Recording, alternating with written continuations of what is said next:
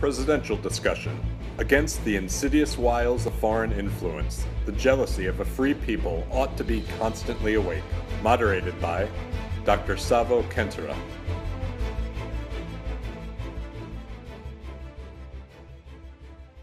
Dobro jutro, gospodo predsjednici, dame, gospođo predsjednice, dame i gospodo, uvažene ekscelencije.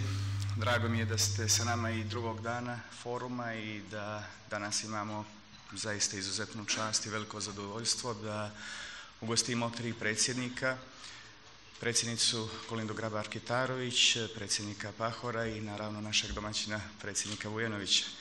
Na jednom panelu o kome ćemo kasnije nešto više reći, odnosno razgovarati, i pozivam naravno sve vas da se uključite u diskusiju kako bi imali jednu što konstruktivniju raspravu. A sam naziv panela koji kaže slobodan narod mora stalno ljubomorno čuvati svoju slobodu od varljivih zamki uticaja stranih zemalja, citat je prvog američkog predsjednika Georgea Washingtona koji je utemeljio Sjedinjene Američke Države kao dugovječnu demokratiju sa najstarijim pisanim ustavom na svijetu. Ako se osvrnemo na to historijsko razdoblje i događanja na sjevernoameričkom kontinentu, razumjet ćemo zašto uvijek moramo ljubomorno čuvati svoju slobodu od varljivih zamki uticaja stranih zemalja. Evociranjem Georgea Washingtona u nazivu panela dočaravamo puni krug historijsko-političkih događanja kroz koje su prošle Sjedinjene Američke Države, ali i države u jugoistočnoj Europi. Naše demokratije nisu stare 230 godina, ali su za svog vijeka prošle trnovit put pun izazova, te možemo smatrati da smo prešli prvu stepenicu na dugom putu prema političkoj i ekonomskoj stabilnosti. Kao stalni zadatak nam preostaju oprez, nadzor i prevencija svih pokušaja nametanja tuđih mišljenja, koja vode sprovođenju tuđe volje, što vrlo lako možemo vidjeti na primjerima koji su se dešavali upravo u Crnoj Gori u oktobru prošle godine. Iako danas i ovih dana slavimo zbog predstojećeg, ili mogu slobodno reći već članstva Crne Gore u NATO, ne smijemo zaboraviti da se dugoročna stabilnost i prosperitet može ostvariti samo konstantnim, predanim radom koji treba biti odraz isključivo naših težnji, onih koje vode euroatlantskim integracijama svih zemalja jugoistočne Europe. Sada bih pozvao našeg prvog govornika, gospođu Kolindu Grabar-Kitarović, da održi jedno uvodno izlaganje i onda da se pridruži panelu. Gospođo predsjednice, izvolite.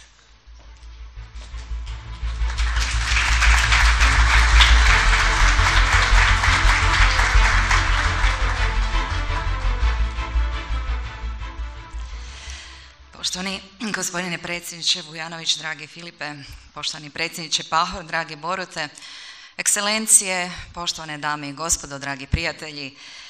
Prije svega zahvaljujem našem domaćinu u Crnoj Gori na gostoprimstvu i na organizaciji ovog za mene iznimno bitnog susreta koji iz godine u godinu potvrđuje ne samo euroatlantsku orijentiranost Crne Gore, već i cijelog područja jugoistoka Europe i koji se profilirao u doista jedan od najznačajnijih regionalnih okruglih stolova, odnosno foruma o pitanjima sigurnosti, ali i puno šire o pitanjima euroatlantskih integracija jugoistoka Europe. Dopustite da najprije iskoristim ovu prigodu čestitati još jednom Crnoj Gori na velikom uspjehu i na skorom ulasku u članstvo NATO-a.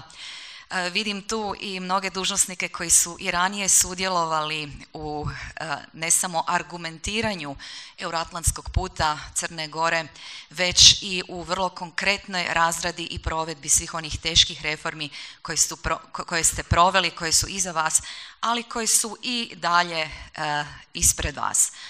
Crna Gora će ući u NATO ove godine unatoč svim preprekama na koje ste nailazili i koje ste uspješno nadišli, nadam se, i uz našu potporu, uz potporu prijatelja kao što je Hrvatska, kao što je Slovenija i vaši drugi prijatelji u NATO-u i u Europskoj uniji i u ovom trenutku mogu vam reći kao i uvijek i dalje ćemo vas nastaviti svesrdno podržavati u svom procesu reformi i u vašim nastojanjima za ulazak sada u Europsku uniju koji je pred vama i za koji se nadam da ćemo bez nekakvih dijeljenih lekcija ili patroniziranja zajedno surađivati i podijeliti ono dragocjeno iskustvo koje imamo u tom procesu kako bismo vam pomogli možda izbjeći neke greške i zamke na koje smo mi nailazili, ali prije svega kako bismo držali proces pristupanja Europskoj uniji za države područja jugoistoka Europe otvorenim. Kao što znate, ja ne volim ovo područje zvati Zapadnim Balkanom iz više razloga. Prije svega zbog procesa pristupanja Europskoj uniji pa i NATO-u i uz iznimku Crne Gore koja je iznimno dobar primjer za sve države jugoistoka Europe ove godine.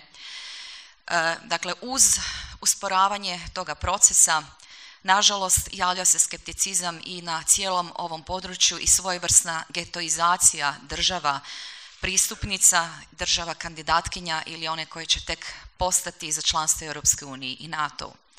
Nažalost, i sam pojam Balkan sa sobom nosi konotacije raspada, konotacije rata i nemira i vjerujem da i to psihološki utječe na raspoloženje ljudi diljem Europe, diljem Europske unije, razmišljajući o daljem proširenju, odnosno konsolidaciji Europske unije, kako ja to volim zvati, jer prostor jugoistoka Europe nije ništa što će se dodati Europskoj uniji. To je proces koji će jednostavno integrirati ovo područje kao prirodno područje Europe, Europske unije i samim time Europa neće postati ništa veća iako će postati veća brojem članica. Danas se jugoistok Europe susreće s mnogim izazovima, kao i sama Europska unija na svojem istoku i na svojem jugu. A jugoistok Europe možda je i ponajviše izložen tim štetnim utjecajima o kojima danas pričamo, utjecajima geopolitičkih procesa koji okružuju europski i euroatlantski prostor. Danas se ponovno suočavamo s renesansom političkih koncepata o ekskluzivnim zonama utjecaja i teritorijalnoj ekspanziji te ideološkim mitovima za koje smo nažalost i možda pomalo i naivno vjerovali da pripadaju prošlosti. Politički pritisci vođeni retrogradnim idejama stvaraju političku nestabilnost, ruše uspostavljene procese međunarodne suradnje i blokiraju procese integracije i snažnijeg međusobnog povezivanja u suradnji. Utjecaji takvih struja de facto ograničavaju samostalnost i suverenitet nacionalnih država te njihovih izabranih predstavnika kao nelegitiman čimbenik u političkim procesima odlučivanja. Cilj takvih utjecaja je stvaranje okružja trajne nestabilnosti u kojem je politički, općedruštveni i gospodarski napredak države onemogućen ili usporen. Tako je okruženje pogodno za razvoj i jačanje novih političkih koncepata, novih savezništava i vanjsko-političkih usmjerenja, ali i bujanje novih, odnosno ponovno oživljenih starih ideoloških pokreta. Povijest nas uči kao jednu od svojih nepogrešivih lekcija da se u vremenima nestabilnosti i kriza razvijaju radikalne ideje i isključivi svjetonazori, dovodeći u pitanje dotada uspostavljene političke okvire koji se proglašavaju dokazano neučinkovitima. To vidimo danas ne samo na prostoru jugoistoka Europe, već i u cijeloj Europskoj uniji, u kojoj se nažalost javljaju razne ideje o Europi različitih brzina, o Europi različitih slojeva, pa čak i o napuštanju Europske unije i raslojavanju onih ideja, ideala, onih vrijednosti koje su bile u samoj podlozi osnivanja Europske unije i koje i danas moraju ostati misao vodilja pri nastavku europskog procesa. Vrlo često se blokada političkih procesa prikazuje kao nesposobnost država i njihovih institucija, a u širem kontekstu kao nesposobnost međunarodnih asocijacija poput NATO-a ili Europske unije za suočavanje s izazovima koji su pred pojedinim državama.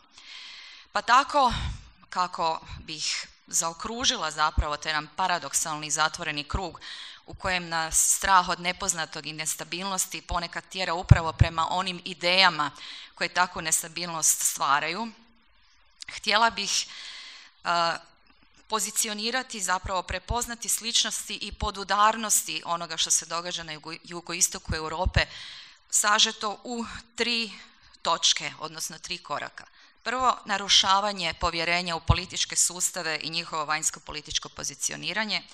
Drugo, narušavanje povjerenja međunarodnih integracija poput EU i NATO-a i propitivanje oportunosti euroatlantskog puta. Te završno, pojava nekih novih potencijalnih savezništava koja su prividno primamljiva i isplativija jer dolaze bez uvjeta u pogledu ispunjavanja demokratskih standarda i kriterija.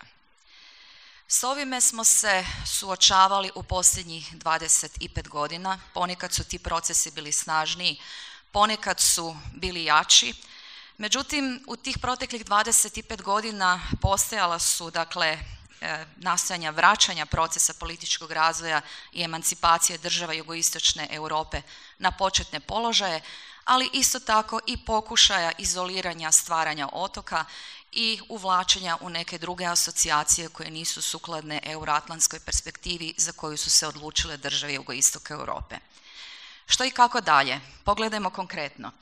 Crna Gora prolazila je kroz mnoge poteškoće, međutim stabilizirali ste se, ulazite u NATO, ući ćete u Europsku uniju i ja vjerujem da iako ćete se i dalje suočavati čak i s elementima hibridnog rata, da je vaš put, vaš euroatlantski put zacementiran. Međutim, šta je i s drugim državama u okruženju, poput Bosne i Hercegovine, gdje se jedna naizgled banalna tehnička stvar, kao što je upisivanje, odnosno registracija vojne imovine, promatra kao ključ ulaska Bosne i Hercegovine u puno aktiviranje Membership Action plana, odnosno akcijskog plana za članstvo.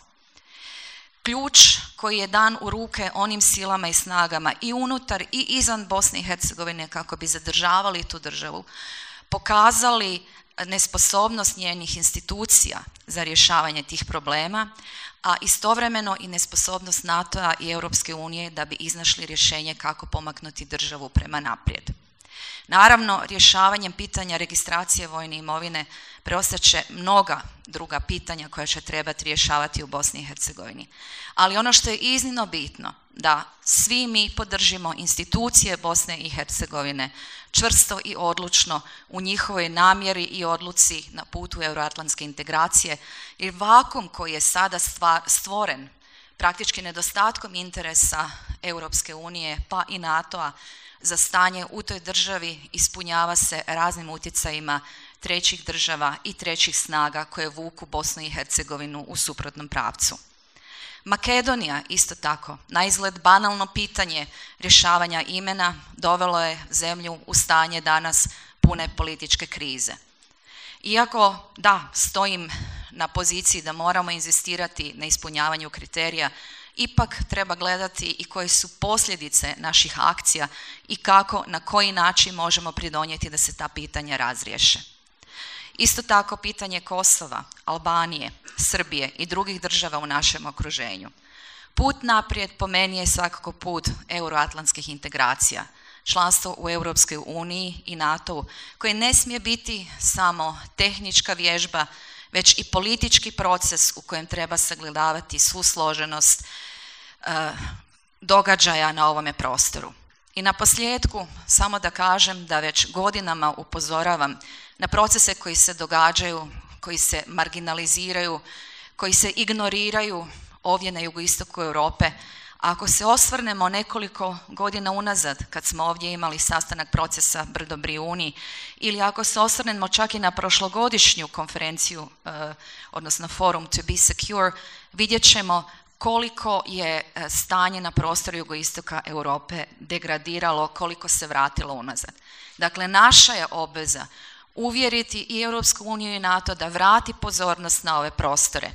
Samo obećanje članstva više nije dovoljno. Potrebno je učiniti konkretne korake, potrebno je uz one gospodarske i socijalne reforme koje se predviđaju čvrsto stajati i na političkim stajalištima i političkim reformama i poticati razvoj onih vrijednosti koje nam nisu nametnute, već koje su prirodni dio i naših svjetonazora. Hvala vam lijepa na pozornosti, mogla bih još jako dugo pričati o ovoj temi, ali veselim se našoj raspravi danas i vašim pitanjima. Još jednom srdačne čestitke Crnoj Gori, veselimo se zajedno s vama.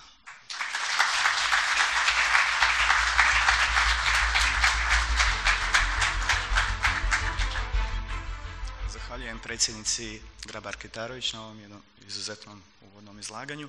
Sad bih zamolio predsjednika Vujanovića da uzme riječ i da se obrati.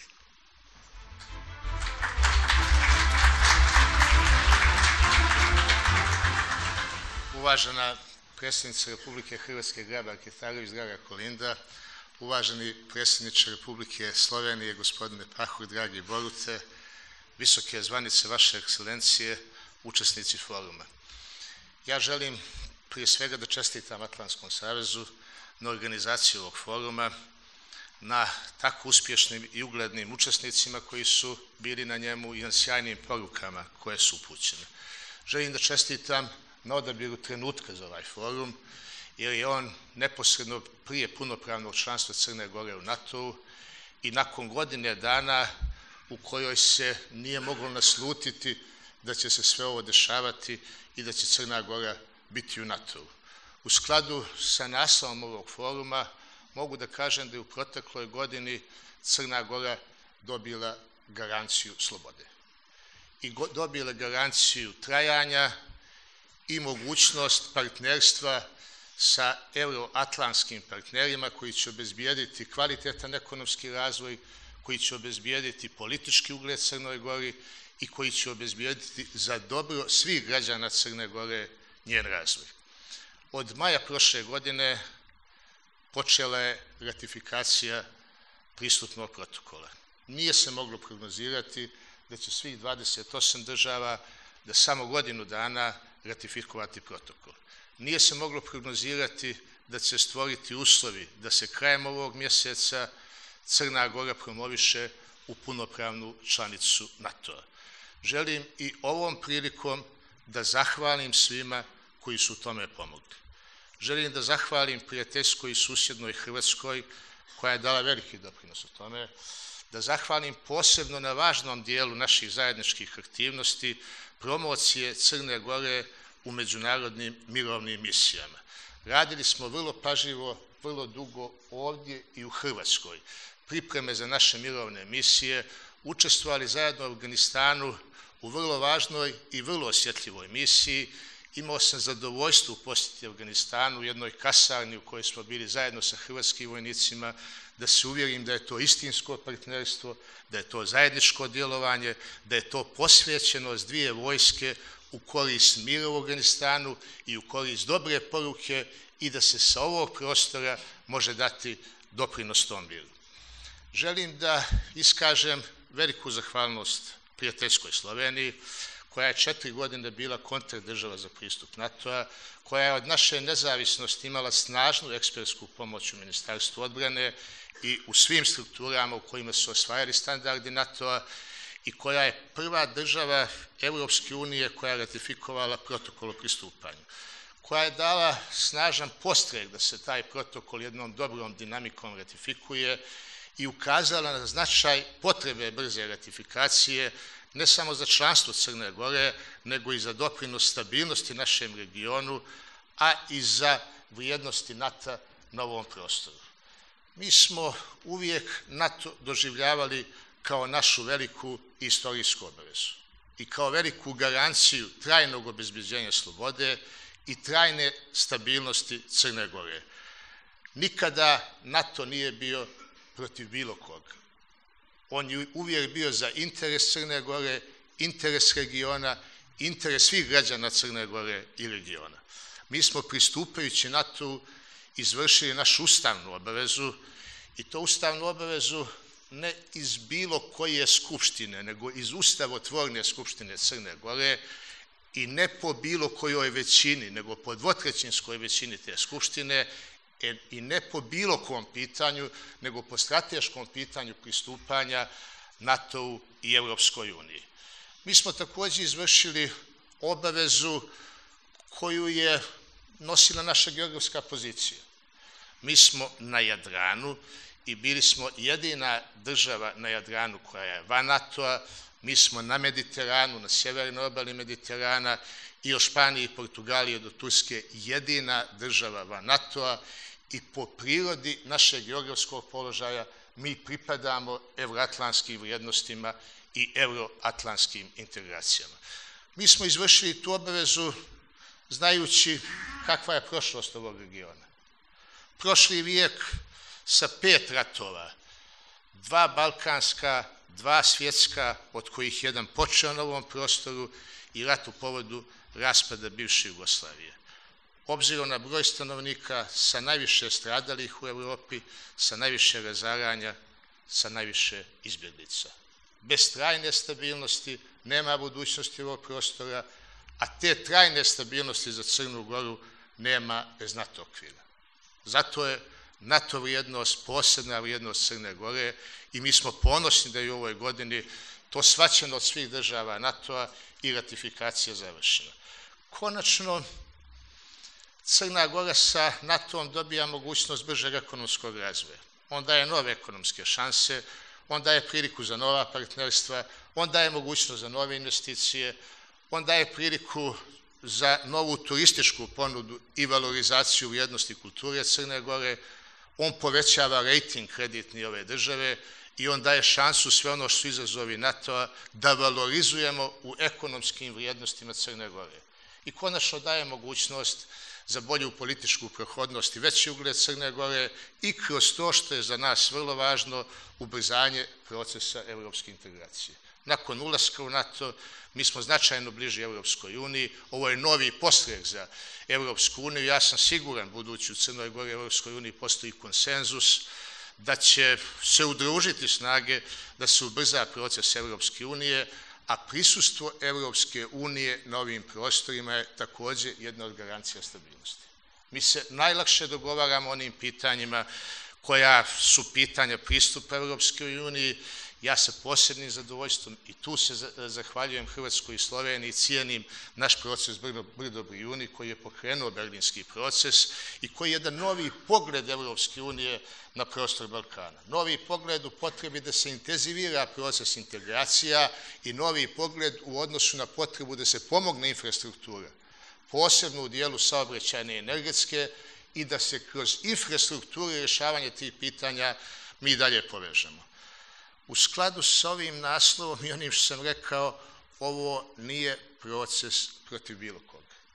Naša NATO integracija je suštinski, strateški, istorijski interes Crne Gore, nije okrenuta protiv bilo koga, nije okrenuta protiv naše vjekovne tradicije i dobrih odnosa sa Rusima, nije okrenuta protiv naše želje da sačuvamo dobru atmosferu, gostoprimstvo sa svim turistima iz Rusije koji su ovdje i mi ih pozivamo da budu sa jednakom ugodnošću ovdje i nije naravno okrenuta protiv naše namjere koja je iskrena i otvorena, da se naši odnosi sa Rusijom što prije poprave i budu na nivou koji to zavređuje. Mi očekujemo istinski, iskreno i sa iskustvom koje imamo iz istorije da će Rusija prihvatiti činjenicu našeg članstva u NATO-u i da će imati onaj odnos prema Crnoj Gori kao članici NATO-a koji uvažava to članstvo i koji zna da to članstvo nije protiv bilo koga, pa ni protiv Rusije. Te da će na temelju takvog članstva imati odnose sa Crnom Gorom kakve ima i sa drugim državama regiona koji pripadaju NATO-u. Za to nam je potrebno strpljenje u Crnoj Gori i kondicija da sačekamo. Zato nam je neophodan državno odgovoran odnos prema svim reakcijama koje smo imali iz Rusije i ja mislim da ga mi imamo i zato nam je potrebno da uvjerimo da je ovo ono što je bila strateška potreba Crne Gore za očuvanje Crne Gore i njene slobode i da ona nije bila protiv bilo koga.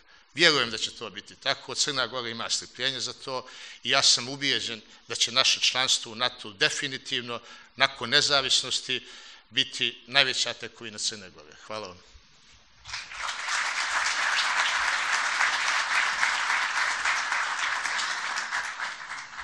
Zahvaljujem predsjedniku Vujanoviću, prije svega na podršci koju je pružao Atlantskom savezu i forumu od samog osnivanja do danas i vjerujem da ćemo i dalje sarađivati, imati jednu dobru saradnju. A sada bih zamolio predsjednika Slovenije, gospodina Pahora, da uzme riječ. Izvolite.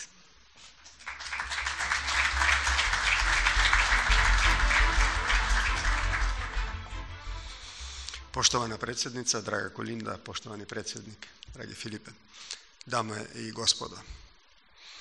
Prije svega, u svoje ime i u ime Republike Slovenije čestitam Crnoj Gori da će uskoro postati 29. država NATO-a. To je jedan historijski moment, ne samo za Crnu Goru, nego i za taj dio Europe. Možda i u kontekstu rasprave danas. Tako je odlučio crnogorski narod. Tako su odlučili organi vlasti u Crnoj Gori. Jeste da je bilo potrebno i odlučivanje u svim ostalim zemljama NATO-a, i u Sloveniji, i svugdje drugdje u članicama. Ali to je najprije bila vaša odluka, demokratska odluka.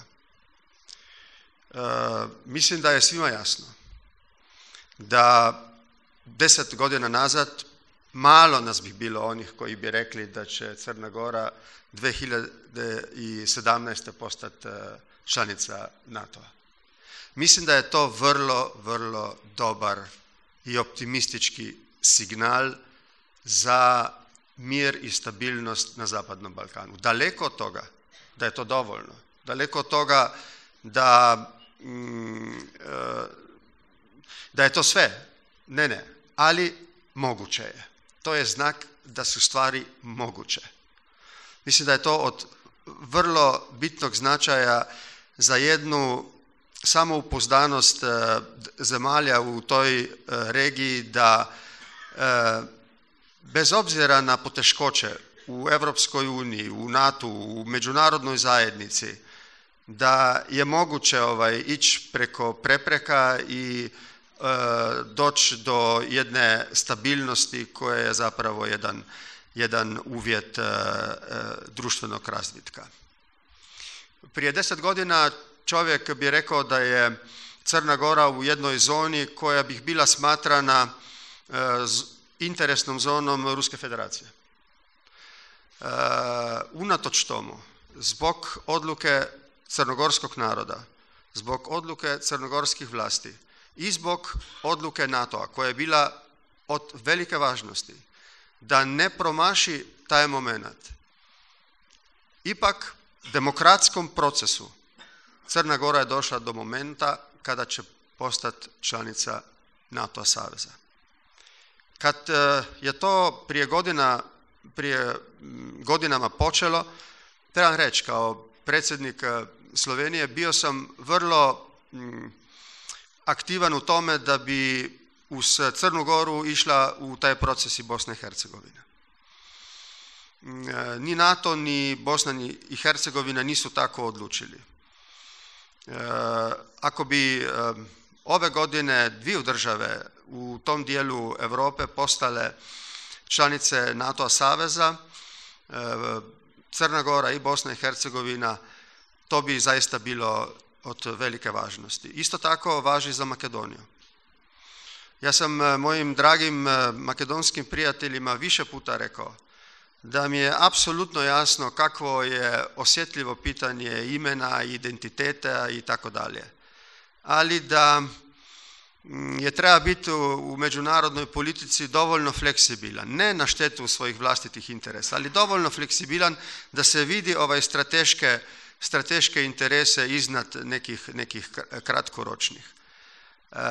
Nažalost, prije 10 i 5 godina nije došlo do jednog kompromisa u vezi imena sa Grčkom i sada zapravo ne ide više samo za pitanje imena, nego ide za više vrlo bitnih pitanja i skrb. To je rekla i Kolinda i Filipe i ja ću reći. kako će se sve to riješiti da bi naši makedonski prijatelji ne samo demokratskim procesom riješili njihove unutrašnje poteškoće, nego da bi i Makedonija išla putem euroatlantskih integracija. Dakle, kao što je vidljivo,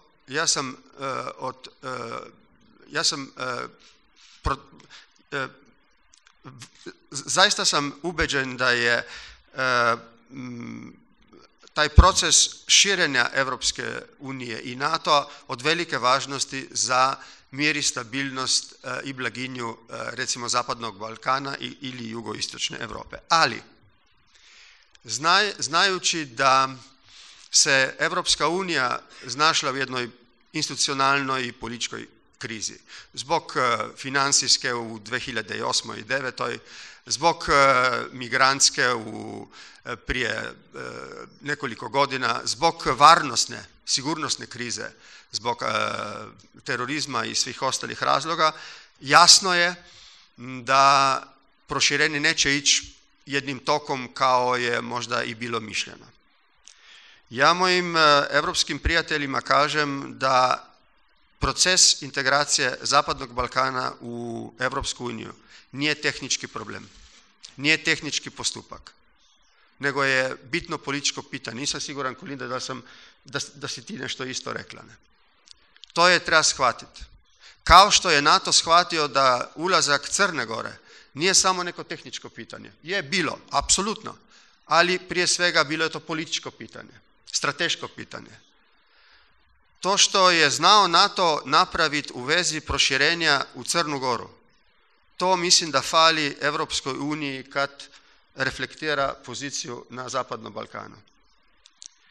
I kao jedan od lidera država, recimo ovdje, znam da trebamo razmisliti o jednom bitnom pitanju. Znajući da proširenje zbog krize Europske unije neće ići tako brzo, da vjerovatno poslije Crne Gore i proširenje NATO-a neće ići tako brzo kao što bi si svi željeli. Znajući da je došlo do nekih starih, do povratka nekih starih geopolitičkih tenzija i ovdje na Zapadnom Balkanu, mislim da je od velike važnosti da bi države ovdje i sad 3 države NATO-a, Slovenija, Hrvatska, Crna Gora, i one koje tu nisu, i Srbija koja otkriveno kaže da je njena sigurnosna politika vezana na sigurnosnu politiku Moskve. Da bi ih ipak tu došlo do jedne seriozne, iskrene kooperacije, da bi došlo do svih onih procesa koji unatoč tome da će biti taj proces proširenja upočasnjen, da bi došlo do rekoncilijacije. Ja upozoravam sve ovdje da je za moju zemlju to bilo vrlo važno, da je za druge zemlje unutarnjih to važno. A šta tek u širem regionalnom prostoru? Rekoncilijacija. Ja sam jedan od onih koji daje tom fenomenu veliki značaj i mislim da nije samo jedan od procesa koje treba napraviti. Ja ga smatram fundamentalnim procesom. Mi trebamo napraviti sve što je moguće i na simbolnom i na stvarnom polju politike, da bi ih ljudi ovdje vidjeli budućnost kao hope, a ne kao fear. Mislim da je isto tako vrlo važno da se ne počinje između država ovdje u regionu ništa što bi poremetilo jedno dobro, iskreno surađivanje, ekonomsko, političko, društveno između ljudi. Da se svi bilateralni, svi drugi problemi rešavaju na način da daju jednu sigurnost ljudima da unatoč tome, da taj proces proširenja Europske unije i NATO neće biti tako brz, da valja ići u sve one reforme koje te države prave kompetitivnim i solidarnim, demokratskim i europskim, ako tako želite. To je sada od bitnog značaja. Nisam siguran da sam bio dovoljno jasan, ali moja je teza da u vreme kada možda taj proces proširenja neće ići tako brzo, to nije izgovor ni za pojedine države, a ni za čitav region, da on ne bi radio svoj posao. Od rekoncilijacije do ekonomskih i svih drugih reformi. I tako najbolje i najsigurnije on održao sigurnost. Pogledajte malo sada mapu Europske unije, vidjet ćete problem u vezi Brexita na zapadu, vidjet ćete Rusiju, vidjet ćete Ukrajinu, Tursku, vidjet ćete Bliski istok, Afriku i Libiju na vrhu tog spiska problema. Nemojmo sada dovesti i Zapadni Balkan u situaciju da bude sigurnosni problem. Sada još uvijek postoji mogućnost da se to ne desi. Ali kako je rekla Kolinda, ja se apsolutno slažem sa njenom recenzijom ovog momenta. Došlo je do pogoršanja odnosa. Moja je procjena da je još uvijek moguće da unatoč tom pogoršanju, koje je bilo i proizvod jedne desatisfakcije sa procesom euroatlantskih perspektiva, da se sada ide i sa svim mogućim inicijativama održi ovu saradnju. Jer ako će doći do problema u jednoj zemlji, vrlo teško će to biti isolated problem u jednoj državi, nego će imati implikacije za sve države. Tako da ćemo sa predsjednicom Kolindom, sa Filipom kasnije i promatrati mogućnost da bi se predsjednici iz tog dijela možda i našli i razgovarali, da održimo jedan dijalog, da damo, ako drugo ne, jednu poruku našim ljudima, svima ovdje u Europskoj uniji, u zemljama koji su dobro na tom putu, recimo u Crnoj Gori, onima koji uopšte ne može ništa zbog blokade kao Makedonija, da ipak postoji bar jedan elementaran dijalog i atmosfera surađivanja. Tako da budimo proaktivni, ima tu dosta posla, ima tu dosta posla za one koji su razumni, koji imaju jedan strateški uvid u budućnost tog prostora. Ja ga smatram za jedan prostor koji može imati, ako neće doći do sigurnosnih problema, vrlo fantastičnu perspektivu. Tu su pridni ljudi, tu je, apsolutno je tu moguće napraviti čudo. Ali je treba sada u tim ozbiljnim situacijama čuvati ponajprije sigurnost. I još jednu stvar da kažem na kraju, ja sam krajem jula prošle godine i u februaru, mislim da ove godine, imao susret sa predsjednikom Putinom. Predsjednik Putin bio je u Sloveniji prošle godine, ja sam bio u Moskvi ove godine. Svi dobro znaju u Sloveniji svuda da sam jedan od onih koji su najjači protagonisti NATO-a i proširenja. Isto tako mislim, unatoč tome, da i zbog toga da je potreban jedna nova etapa saradnje sa Ruskom federacijom. Potreban nam je dijalog. Ja podržavam sada odluku NATO-a da je ponovno ušao u taj dijalog sa Ruskom federacijom. Znam da Američka federacija, da Sjedinjene Američke Države, sada administracija, razmatra mogućnost reseta takozvanog.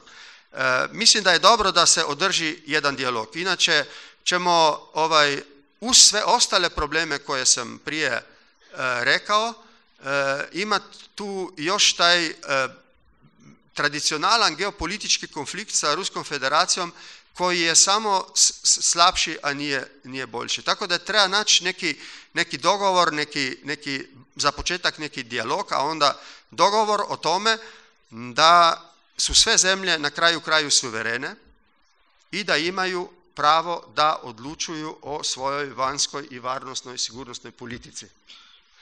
I da to važi i za zemlje koji su blizu Ruske federacije, znajući da je Ruska federacija na to osjetljiva i pronaći u tom smislu neka rješenja koja bi bila dobra za sigurnost tih država.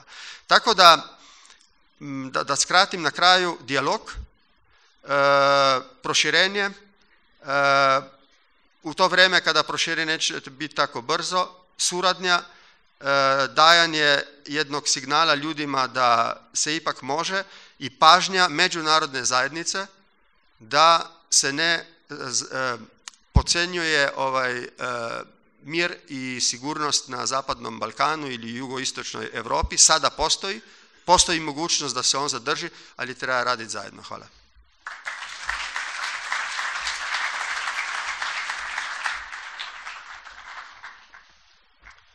Se zahvaljujem predsjedniku Pahoru na ovim izuzetno ohrabrujućim porukama. Imamo još, u stvari prema agendi nemamo više vremena za pitanja, ali ćemo napraviti naravno produženje panela. Tako da, izvolite, prve ruke sa ove strane. Molim mikrofon. Good morning, everybody. My name is Sebastian. I come from Kosovo. What is the key element for the president of the region to cooperate together? Thank you. Thank you. Can we get one more question, please? Yes. Good morning. My name is Serem Djerdji. I come from Kosovo too. And in the last 5 years, I've been the independent candidate for the president of Kosovo. Right now, I'm the head of international relations and security at the Social Democratic Party of Kosovo. Regarding Macedonia, during my campaign, I had the proposal for the name, and it's called New Macedonia. Right now, they have a newspaper after the Second World War in Macedonia. It's called Nova Macedonia. And I think, leaving behind the historical facts, I think the name would fit for everybody. My question is, if all the Balkan countries are part of the NATO, how easier it will be for all of the countries, presidents of all the countries, including Kosovo, to cooperate and to discuss issues which Mr. Pahor, everybody discussed in their speech. Thank you very much. Thank you. Ambassador Vlahovic, please. Yes, let me continue with the Kosovo. I was born in Kosovo, but I'm I'm from Montenegro. So since we are all very similar, but also very specific in the region, which I do agree with my dear friend and President Kolinda Grabar-Kitarovic, it's easier and better to call it Southeastern Europe. Given the situation of the Montenegrin accession to NATO and given the problems in Bosnia, which I mentioned, and in Macedonia, what would be your immediate response, both in the context of Berlin process or Brdo-Brioni process, to help our friends both in Macedonia and in Bosnia, not only in the context of their internal security instability, but also in the context of the perspective for both countries to continue with efforts to get closer both to NATO and to EU. Thank you. Thank you. Maybe now to answer these few questions and then to see who wants to take the floor first. Maybe you? Yeah. Okay. So thank you very much for the questions. I think they're all related. What is the key to cooperation between presidents or among the presidents? I think that we have very good cooperation within the Brdo-Brioni process and the Berlin process for the prime ministers of our countries. Sometimes we do have disagreements and issues that we talk about. And I think that precisely keeping the dialogue alive and resolving the open issues in the spirit of cooperation and mutual respect and trying to understand each other's positions, trying to put each other or put ourselves in each other's shoes would be the key to cooperate. So when an open issue arises, we shouldn't react like a porcupine and get our needles out and try to protect ourselves. let's try to see what it is, whether there are positive elements where we can begin, start with those positive elements, and then try to widen that discussion. What is also extremely important is being careful in what you say on your domestic scene. It's very easy to have heightened rhetoric, especially in times of elections, but when you say things that you cannot take back later, then it's very difficult to put that behind and for that issue not to dominate over what we're saying. But I think that finally resolution of the open issues is crucial. If I look at Croatia's relationship with Serbia, for instance, the missing persons from the homeland war in Croatia, it's a humanitarian issue that should be resolved both for the sake of the Croatian and the Serbian people and the families who are waiting for closure.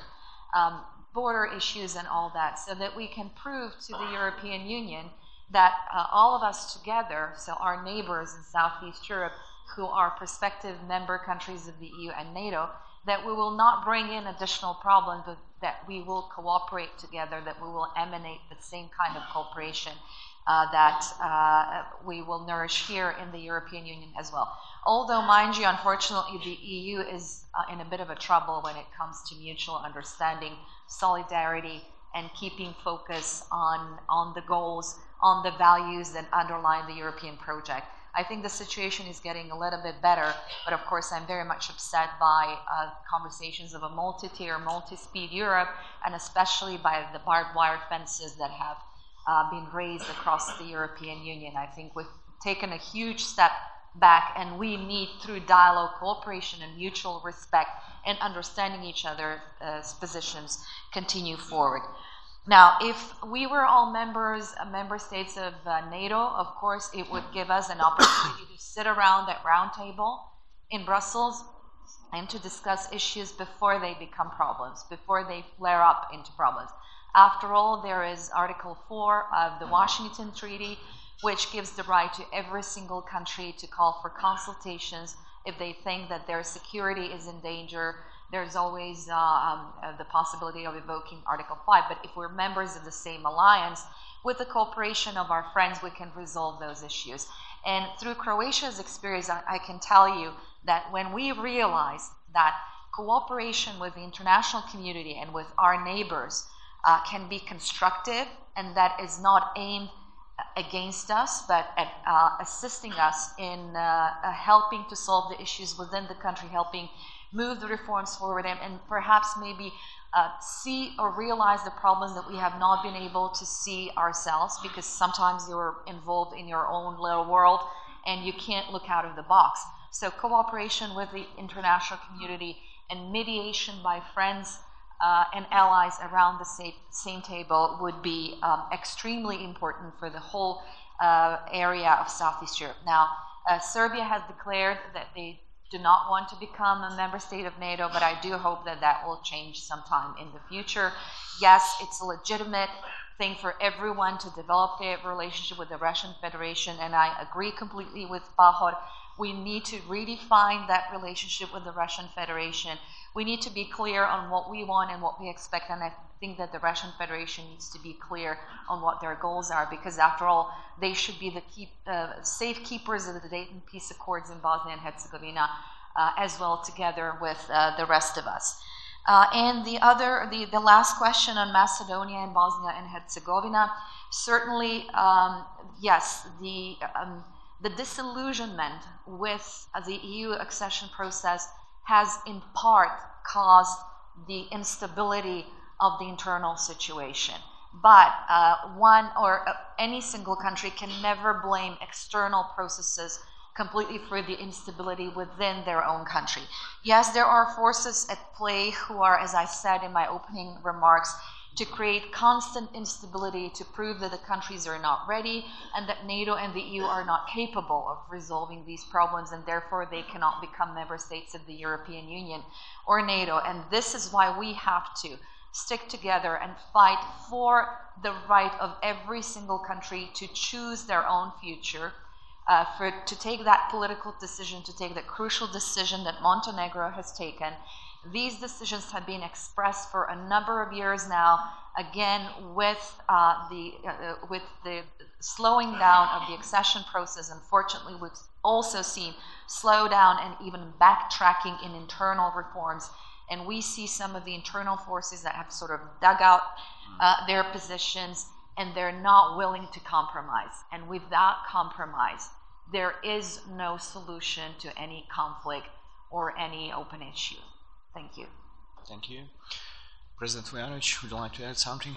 Predsjednica Hrvatske je dala cjelovito objašnjenje na postavljena pitanja i podržava ovaj pristup po nužnosti dijaloga i pristup koji mi afirmišemo u procesu Brdo-Brijuni, neophodnosti zajedničkog djelovanja u smislu stabilnosti regiona.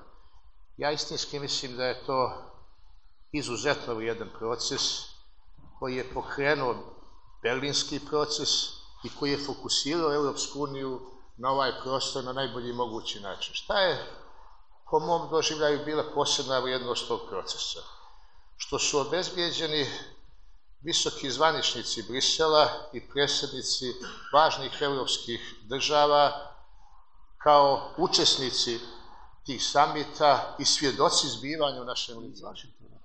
I na kraju, i u vrlo važnom sam htio da kažem, iz Vašingtona potpredsjednik Biden na novembarskom samitu u Zagrebu. Dakle, prvi puta smo imali samit u Sloveniji na Brdu kod Kranja sa učešćem predsjednika Francuske Holanda, nakon toga u Dubrovniku s učešćem kancelarke Merkel, nakon toga u Budvi sa učešćem predsjednika Austrije Fischera i sa njegovom sjajnom idejom da se sporazumi o granici Crne Gore i Bosne i Hercegovine i Crne Gore i Kosova potpišu u Beču.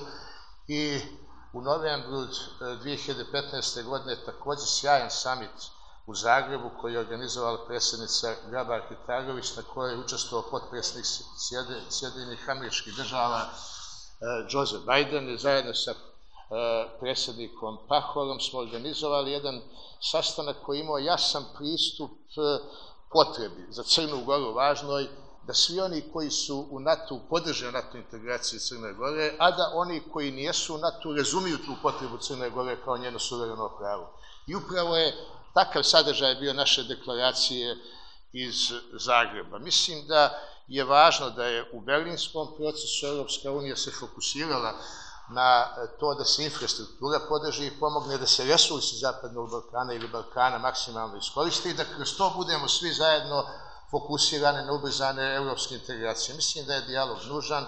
Pomenuo sam sporazum o granici Crne Gore i Bosne i Hercegovine koji smo zaključili bez posredovanja bilo koga sa strane i koji je prvi sporazum među bivšim jugoslovenskim državama u tom osjetljivom pitanju. I evo na pitanje naših prijatelja sa Kosova, istakao bi taj odnos Crne Gore prema Kosovu jednom strpljivom očekivanju da se pitanje sporazuma o granici riješi shodno unutrašnjim odnosima u Kosovu i njihovoj potrebi da u dijalogu nađu potrebnu većinu unutar parlamenta, bez potrebe Crne Gore da bilo šta forsira i da u bilo kom smislu pokazuje nestrpljenje. Dakle, mislim da je dijalog osnov onoga što je budućnost ovog regiona, da je stabilnost regiona cilj koji je nezamjenjiv.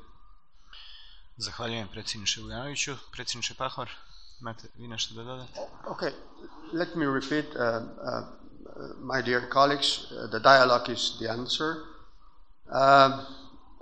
I will not repeat all other things, but I would like to pay attention to another issue that I consider important for the security of Western Balkans or Southeast Europe. And this is the policy of NATO and European Union versus Turkey at the moment. I've been recently to Iran, to Turkey and to Moscow. What I do see as a problem is that there is still some sort of, consensus going on with the dialogue with Turkey and President Erdogan, but this consensus is now less strong than it used to be. Now, pay attention to this. If Europe will, and that would be a huge mistake, and the dialogue, due to sometimes really unnecessary and unforgivable measures by President Erdogan to opposition to end the dialogue. I'm a little bit afraid that would be instated some sort of alliance between Moscow, Turkey, and Iran, and that could present a completely different geopolitical situation. Now, what is a key issue as far as Turkey is regarded, in my view, and this is not debated enough, it is Kurdish issue. Let us be very well aware. This is the issue that will define the future of relations between Turkey and European Union and Turkey and NATO. If we will not find a proper approach to this very sensitive issue to President Erdogan, and very sensitive issue for us, because we do believe that nations do have their rights to self-determination, then I think we will clash, and that will change a geopolitical situation in a neighborhood of Western Balkans. And that will then affect also the stability in Western Balkans. So I didn't want to repeat what Kolinda and Philip have just said. I just wanted to add something that it's not a matter of this debate, but it's very important for the future of stability of Western Balkans. Thank you, President Pahor, and we have time for two last questions. So the first one, the lady in the first row. Thank you very much. My name is Tina Khidashvili. I'm former Minister of Defense of Georgia. I think that dialogue is a magic word, and it's very difficult to say anything against it, because but at the same time, dialogue implies the trust and confidence among those who sit around the table. And that's where my question is. What is your realistic, honest expectation from a dialogue with Russia? After 2008, we've seen it all. After the war in Georgia, there was not only dialogue, but there was a huge reset attempt. And we all remember those scenes, and we all remember we've seen it all. And then Ukraine happened. Crimea happened, and then we are seeing whatever is happening in eastern Ukraine these days as well. And then there were numerous attempts, once again, to dialogue with Russia, and then we are facing disaster in Syria today. Not to talk about the whole campaign interventions from Russia in United States, France today, Germany tomorrow, and so on and so forth. So, what is it that you expect from this dialogue, except for just simply telling Russians to get out of Georgia, get out of Ukraine, get out of sovereign states? And after that, maybe there is a chance for peace to be there. But I believe that this is kind of a talk that encourages Mr. Putin to do whatever he is doing for over the years in his neighborhood, as he believes in it, to tell to the West that as long as you dialogue, I roll the tanks. Thank you very much. Thank you, madam. And the last question comes from Tim Judah. Okay, perfect. Thanks. We don't have time anymore, so thanks. So please, who wants to take the floor first? President Pahor, please.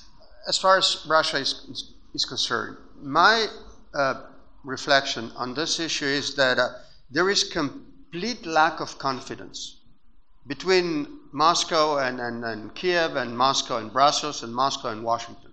There is complete lack of confidence. I've been talking in 1 week time with Angela Merkel and with President Putin and President Poroshenko. There is complete lack of confidence. Now, how to rebuild this confidence? It is the question, but it should be done. I think we should be honest with each other. There is a strong need for more secure world tomorrow. The way to go there is a dialogue. Let us dialogue how to, once again, get to this confidence that Minsk II would be implemented, that then would be, a strong evidence that something could be done in the interest of every party. So I know it's a difficult answer to your very simple and obvious question, but I just wanted to say how strong now is the lack of confidence, and that what we should focus at the moment is how to get once again back there to the confidence when debating international matters. Thank you, President Pahor. Yes, I would just like to add, certainly there is a lot of mistrust and lack of confidence today. But what is the alternative to dialogue? Any other alternative is absolutely unacceptable. The solutions have to be political solutions. Nobody wants to see another war in the European Union, on the European continent, or anywhere else. We should be working towards resolving the conflicts that we have right now. Yes, sometimes indecisiveness, which we've seen among the 28, both in the European Union and in NATO, with respect to response to Russia's actions in Ukraine, Georgia, and elsewhere, so that indecisiveness has been interpreted as weakness. And we have to be very careful, and this is the point of sticking together, of solidarity, and of finding the common answers and the common response, and being firm in protecting the postulates of the international law, such as protecting sovereignty, territorial integrity, and political independence of every single state. But also, without dialogue, without the Russian Federation, we won't be able to resolve Syria or any other issue. We need to talk together to counter the threats that we are facing together. As I said earlier, when we look at the issues that we have, the open issues here in Southeast Europe, and when Croatia talks to Serbia or any other country, or Belgrade to Kosovo, we should start with what we have in common and what worries us together and what we can do together for a constructive relationship. But that, of course, has to be also combined with very firm conditions and very firm political and legal positions, which are embedded in the values that I have talked about in the European Union and NATO, and where on the EU side, unfortunately, we've seen erosion with the migration waves, but also some other issues. So yes, we have to continue with dialogue, not be naive, but try to reestablish that trust and confidence, and really try to convince each other that NATO enlargement is not aimed against Russia, and that Russia is also not an enemy of the EU or of NATO. And in all that, redefining that relationship will be crucial. But again, without dialogue, I don't see an alternative. The problems can only get more complicated. The open issues now can become more serious, and the danger of a new war can become more imminent. Thank you. Thank you, Madam President. Na samom kraju želim da se zahvalim svima još jednom na podršci Crnoj Gori od početka, na podršci forumu i svemu ovome što se radi. Nadam se da ćemo se vidjeti iduće godine u Crnoj Gori, i da se zahvalim isto tako svima vama koji ste bili prisutni na panelu i sa vašim pitanjima doprinijeli da ova diskusija bude, čini mi se, izuzetno dobra i kvalitetna. Hvala vam još jednom i nastavljamo sa radom odmah nakon ovog panela.